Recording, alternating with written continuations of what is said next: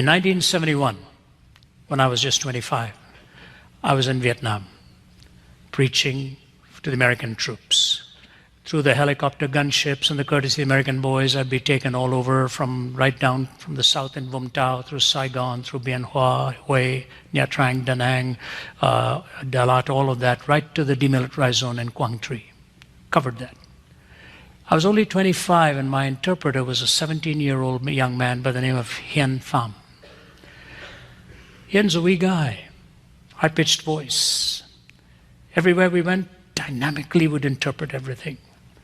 And it was only years later I realized, when I was reading the history of the church in Vietnam, that they said revival broke out in Vietnam and changed the course of the church in Vietnam in 1971, when a young preacher, 25 years old, and his interpreter, 17 years old, preaching. I didn't even know that. I'm sitting in an airport reading this. I said, I think this is talking about us when we were there, you know.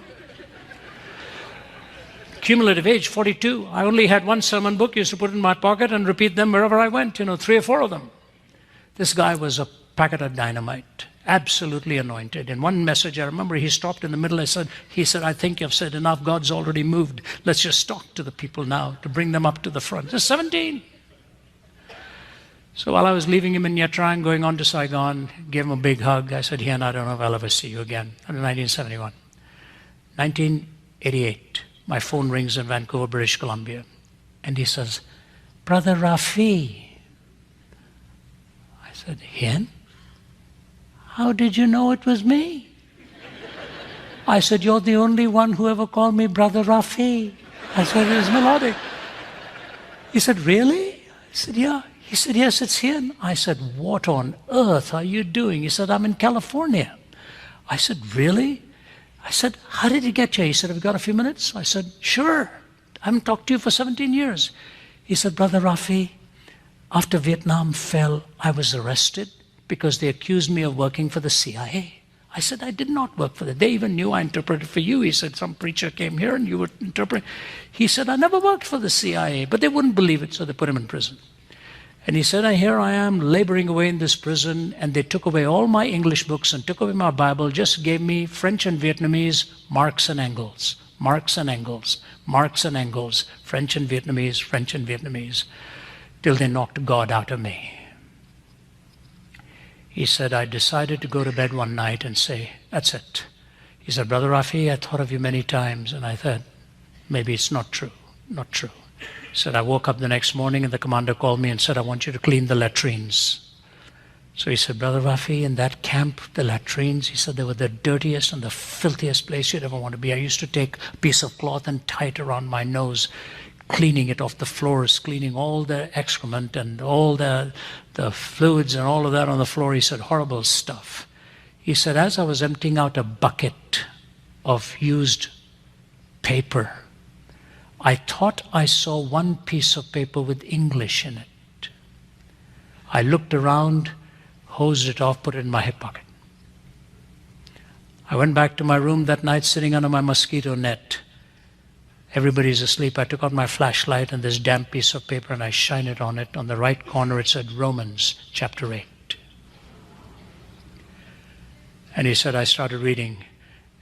And we know that all things work together for good to them that love God, to them that are called according to his purpose. For who shall separate us from the love of God? All of this, that, no.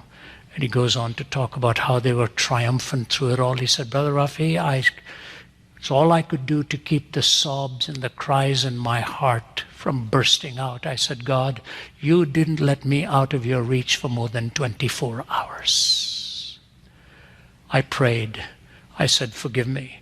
Next morning, I go to the commanding officer and said, do you mind if I clean the latrines again? He said, I found out the commanding officer owned a Bible. He was tearing out pages from the Bible, using it as toilet paper. He said, I would wash it off, take it to my room, under my mosquito net, and read the Bible at night. Every night I'd have my devotions, now in English and from the Bible. He said, finally, they decided I was not guilty of things they said, and they released me. He said, 52 others joined me, and I started to build a boat to escape. This is Hien for you. Start to escape. One of them was the daughter, I think, the vice president or something like that. So he's building this boat, and how do you hide a boat? So he's building this boat, and he's getting it all ready, and 4 Viet Cong come to knock on his door one day and said, "We hear you're trying to escape. Is that true?" He said, "No, it's not." I said, "Are you telling us the truth?" He said, "Yeah." I said, "You're not building a boat?" He said, "No." "You're not trying to escape?" He said, "No." I said, so they left. He said, I sat on my cot and I said, there I go again, trying to do it my own way. He said, I prayed a prayer that I prayed would never be answered inside me. I said, all right, God, if you want me to tell them the truth, bring them back. Hours before his departure, these 4 boys come knocking on the door. They're armed to the teeth. I said, you're lying. You're trying to escape. He said, yes, with 52 others. You're going to put me back in jail. They said, no, we want to go with you. 4 of them. 4 of them. They joined him in escape, and he said, Brother Rafi, we were caught in some violent storms. If it weren't for these 4 men who are the best skippers you could have had, they got us to safety into Thailand. And there we were in a refugee camp. And then I got my papers, and now I'm in America. And he was heading to Berkeley to study business. Flew into Atlanta to meet me, my family, because he had met a beautiful young Vietnamese girl to whom he was going to get married. And he said, I want you to come and officiate at our wedding and so on. What a precious guy. And here's it. He sits across the table and he says this, the greatest pleasure in the world is to have that intimate relationship with God and know you will never win doing it your way. You will only win doing it His way.